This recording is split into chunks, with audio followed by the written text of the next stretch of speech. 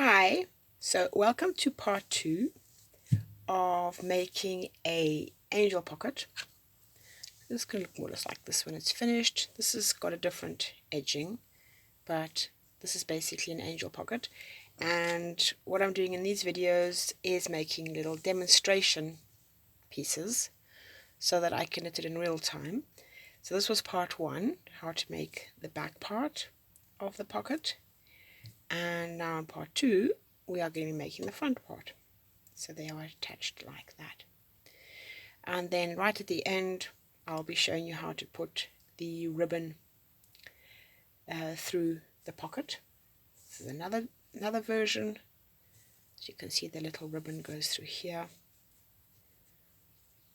This is a much simpler edge. There's another video with this one on. Also, this is a little demonstration pocket. That's how they go. So let's get started. Put these aside. I am using a double knit, but it's a very thick one, from a local supermarket called Aldi in the UK. 4mm needles. And here is the pattern. So in part one, we made this section here. And what we're going to do for part 2 is we're only going to work up to the middle. And then we're going to add a row of eyelets. So there we go. The pattern will be in the description of the video, but if you want, you can take a screenshot of that and crop it to the right size. So cast on whichever way you want. I normally do a 2-needle cast on, but because I want it to be tight, the stitches, I'm going to be using a 1-needle cast on. There we go. First get the loop. I've got a very long tail, but here we go. Just make 3 stitches in total.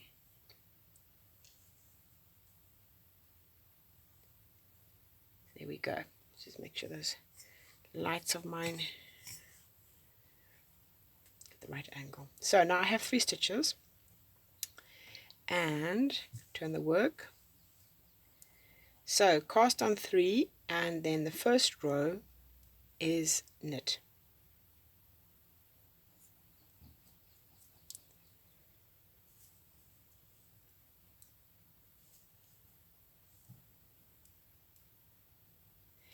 Turn the work. The pattern is knit 2, yarn over needle, knit to the end. In this case it's 1 stitch. Turn the work. The pattern, knit 2, yarn over, knit to the end. Turn the work, knit 2, yarn over, knit to the end. You will see in my description I actually say you can slip the first stitch, and there is no difference at all in the appearance, but it's actually easier to do once one gets the hang of it. But this is the classic grandma's dishcloth pattern as I've seen it on the internet. Probably are different versions of it. I don't know. I just came across it on Facebook, and I thought I was going to try it for the angel pockets. I've made quite a few dozen already of the angel pockets, but the suggested pattern is a bit different, and I was looking for something with a larger edge. So when I came across that this morning, I was very excited and thought I'd immediately try it and make a little video as I was trying it. So you are literally watching me try this pattern Okay.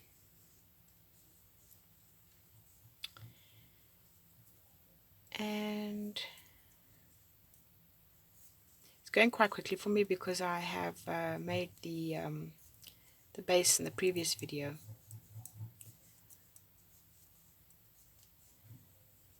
Just got to keep turning the work.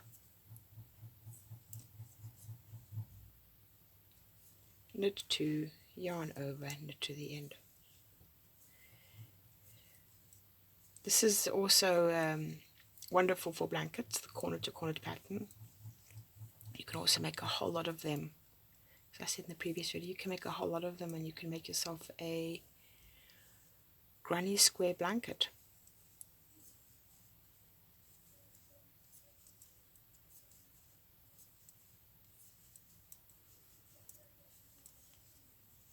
And if you want to have a scarf with a diagonal pattern,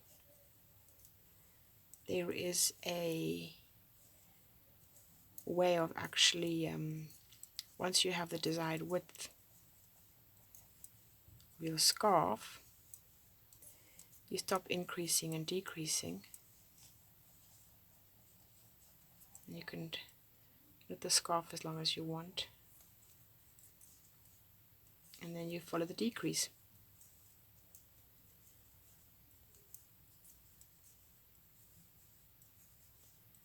To get the last side of the scarf.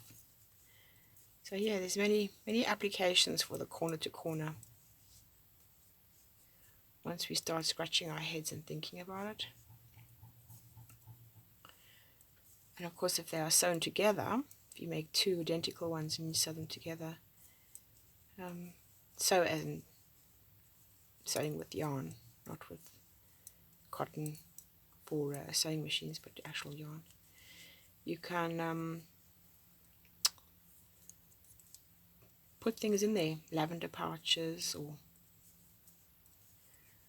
whatever else you might want to. Soap, you can put a bar of soap in there and put that in your clothes, make them smell very nice. Yeah, so there's many uses for it.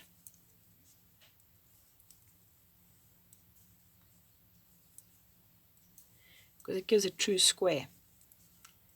And that is the whole basis of the granny square blanket.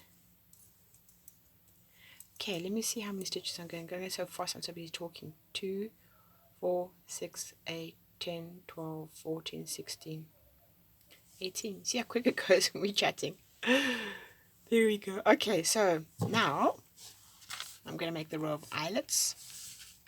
Let me try and get this in the video. Knit 2 together, yarn over, repeat until 2 stitches are left, knit 2 together, knit 1 row, cast off. Okay, so you have to bear with me because of the way my stitches lie on the needle. I literally have to take them off and put them back on if I want to knit 2 together. Yarn over. Hopefully you don't have this problem. Hopefully your needles are lying on the right way on your, the stitches are lying on the right way on your needles. Yarn over, knit together. Yarn over, knit together. Yarn over, knit together. Yarn over, knit together. Yarn over, knit 2 together. So that's the one from the previous row, so you have to be a little bit careful there. Yarn over, got 2 stitches left, knit them together. Now you will have whatever your count is for your square, you will have that -1. So it's 2, 4, 6, 8, 10, 12, 14, 16, 17. So 17 stitches. Now this is a knit row. This anchors the eyelets in place. Making sure to catch those eyelet loops. As I knit this, it feels a bit loose because there's so many of them. But my cast off I do with tension. So there we go. And now it's the cast off row. You can knit the first stitch. I don't. I just slip it. Personal preference. Knit the next one, yarn over. Knit the next one, yarn over. Next one, yarn over. And this is not a loose cast off. I'm doing it as tight, comfortably tight.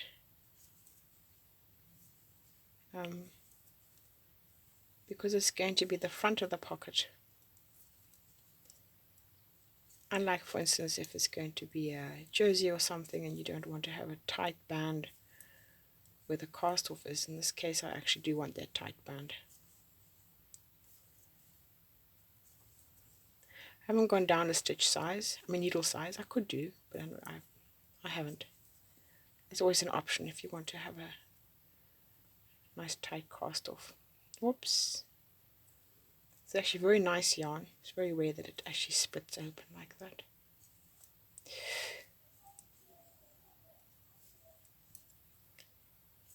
And there we go. So I need to leave enough of a tail to sew it up. And my little suggestion is, this is a general rule, I measure the sides I'm going to sew, in which case it's going to be those two sides. 3.5 plus 3.5 makes 5. Then I add 1.5 to that. So 3.5 and 2.5 and 2.5 makes 5. So I'll be sewing 5 inches. Then I make another 1, which is 10, and then a half of that is 2.5. 2.5.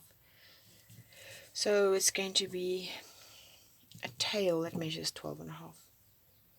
I'll be showing. Normally I wouldn't be this fiddly, but there we go. So just give it a nice generous tail. Because there's nothing more frustrating when you come to sewing it up and it's not long enough, especially if you put your work aside and you're making a whole lot of them and you're changing yarn and you have to go back and try and find that yarn in your storage. So as I did notice with the previous square, I noticed that there's a little tiny hole there. So let me start by sewing that closed because it's bothering me.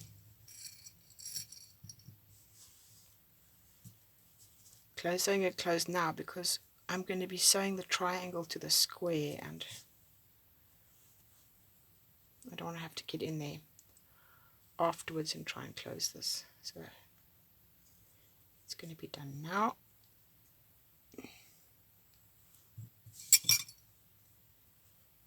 So you can see the hole there. Just came across, closed it. Try and anchor it on one of the little stitches here. Go back and then back to where I started. Yeah, I'm happy with that. Now I can work away the tail. This is going to be on the inside. See with the pocket, which is the inside, which is the outside. Actually no, it's not going to be the inside, that's going to be the outside. Ha ha ha. Because if you look at the cast off, you can choose.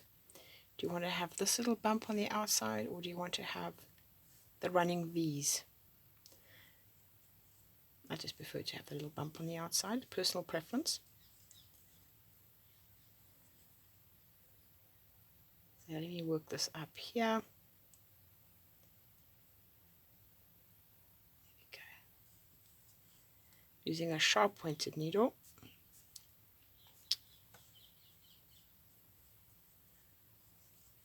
So it really catches in to these stitches that I'm working through. So there we go. I wanted to show you just a comparison. Okay, let's make it light the same way. So this is where I knit the first stitch. And this one is when I slip the first stitch. We can barely see the difference. So a little bit looser, I will admit. So, okay. So now we have to try and find which is which and where is where. Let's see if I can find it. Note to self. Make a little stitch marker. If I took a stitch marker and made a note to myself where was the top and where was the bottom, I think that's pretty much it. So yes, note to self. Darning needle. This is not a sharp pointed darning needle.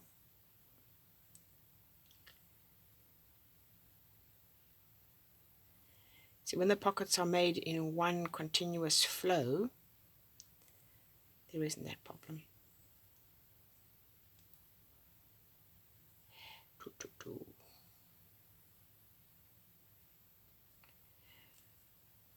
Why am I not able to do this today? Good Lord. Okay.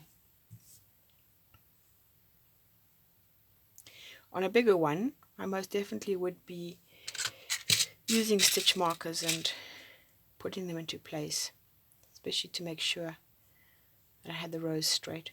Now, I'm going to show you something which I showed in the previous video, but here I need to actually show you carefully.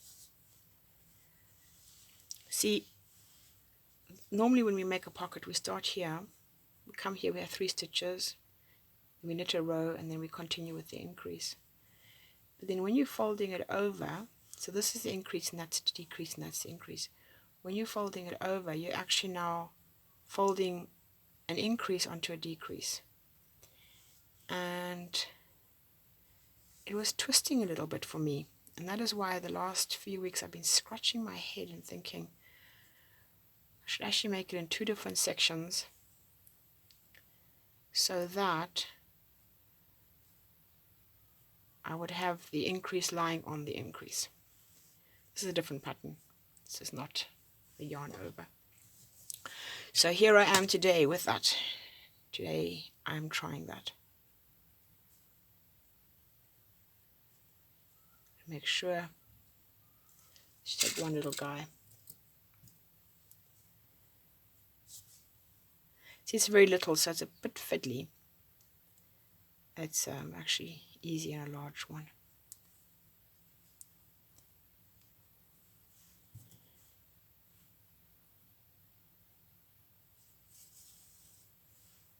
I'm going to be working into the knots.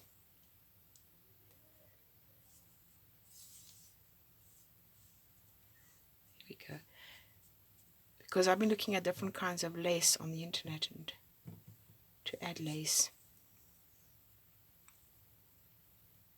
So some suggest that I'll show you this one here.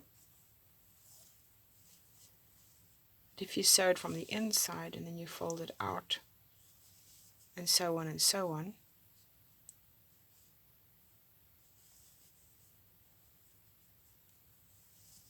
but I ended up so that if I'd folded it out it would have been like that. But then I ended up using the side I sewed on anyway. So I thought to myself, this time I'm just going to sew it on the outside and I'm going to leave it that way. I'm not going to fold it in. And what I'm doing is I'm going through, you can see these little knots here. This is distracting me when I look in the camera. You see these little knots created? I'm literally going into the little knots on each side.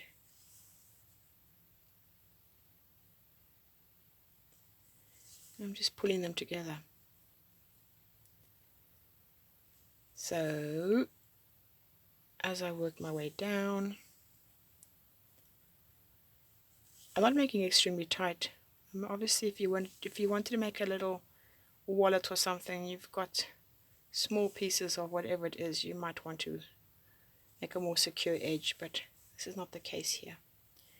So you see there, it's actually keeping the pattern, which I think is quite pretty. Okay. We'll have to just adjust it to make sure that the little ends. Okay, so where was I? Here. Do-do-dum.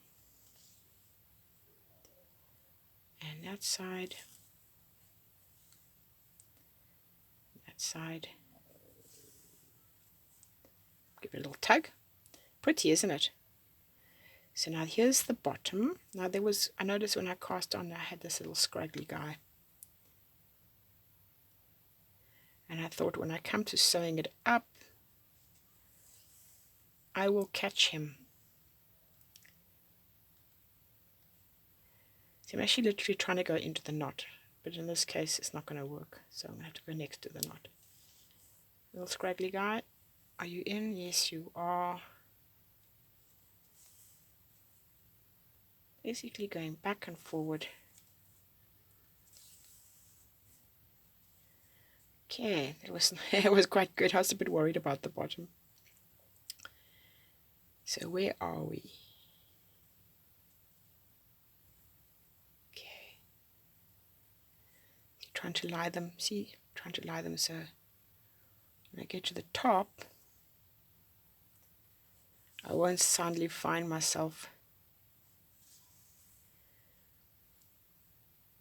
with too many rows on one side and not the other. Holding it quite tightly. If it's a very big thing and you have, say, 60 rows, then definitely mark down the rows with this so that you are sure to not have your work slip.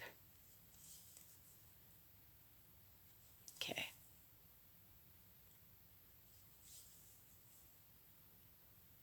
Okay, I'm coming in for the home run here.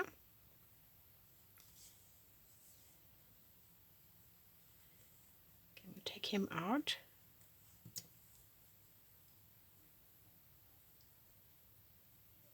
Going across to there. Okay, so he is going to be there.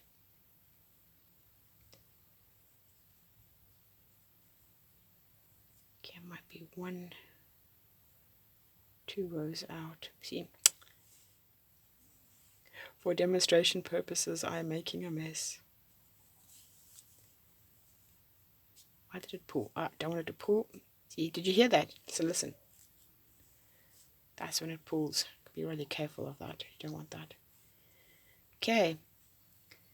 Yeah, I'm happy with this. Last 2. Once again, be careful not to pull the yarn too much, because I want it to close. That's all. Oh, I'm so happy with that. So pretty. Look, little holes there. Okay, so let's work away this end. Changing the needle.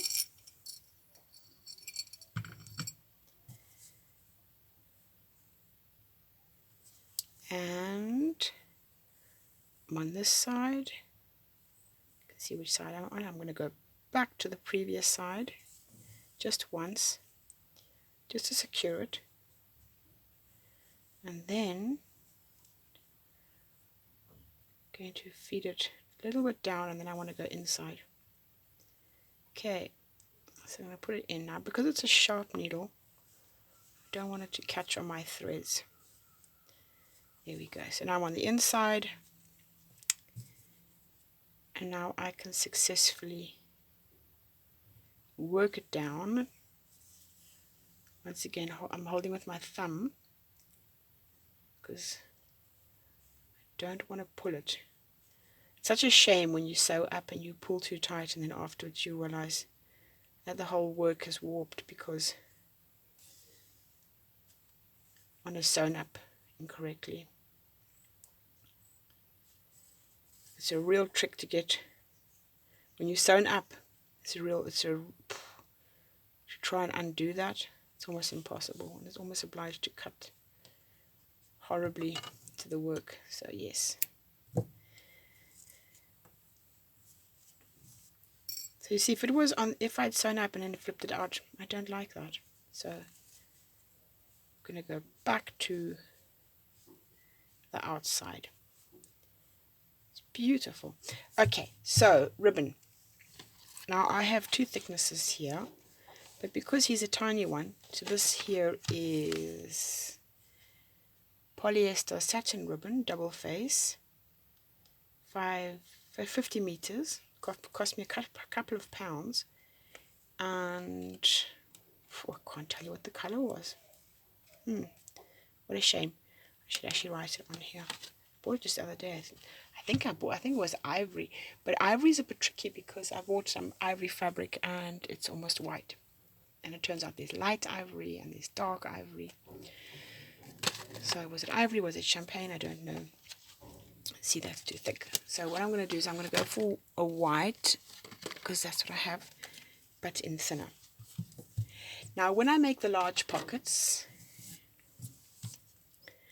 I calculate this part here, and then I add 8 inches for each part that's going to be knotted together in a bow. You want a generous amount, you don't want them to have too fiddly. So there we go.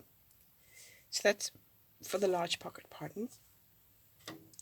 For the little one, this little guy here, I measured that, and then I added 5 inches. So that's what I'm going to do today as well. Here we go. So 3 inches plus 5 gives me 13. This ruler is 12, so I will just go past a little bit, pinch it, cut it. It's also 33 millimeters, 50 meters, cost me a couple of pounds. I got it from a company. If you buy 3, they give you a discount. So I want to have a large needle that does not have a sharp point. Love my office. I live in a tiny little flat in a big city with this little corner.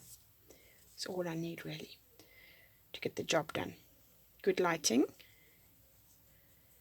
makes all the difference. So there's my row of eyelets.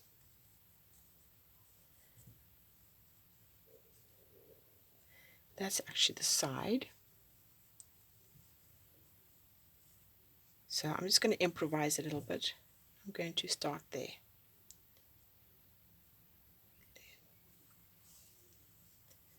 So I want it as close to the edge as possible. Now the size of the whole of the eyelets will be the same. Just dropped my needle.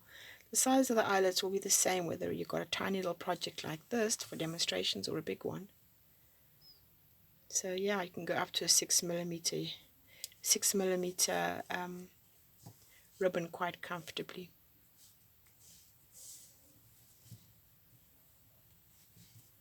Here we go.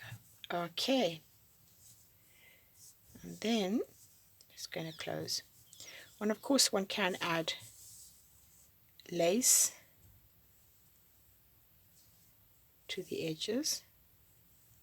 One can crochet a border.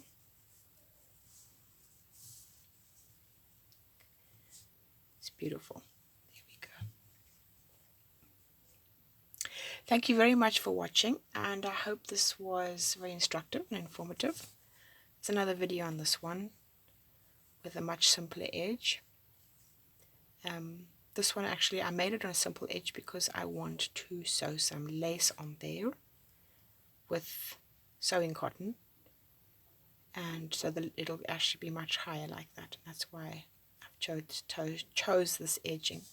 But this one, it's ready to leave it like that. It doesn't need to have a sewn. Edge. One can add something at the top there. I've seen some lovely little satin hearts and daisies. So one could very easily add something right to the top. There we go for the little pocket. Thank you very much and have a lovely day. Bye.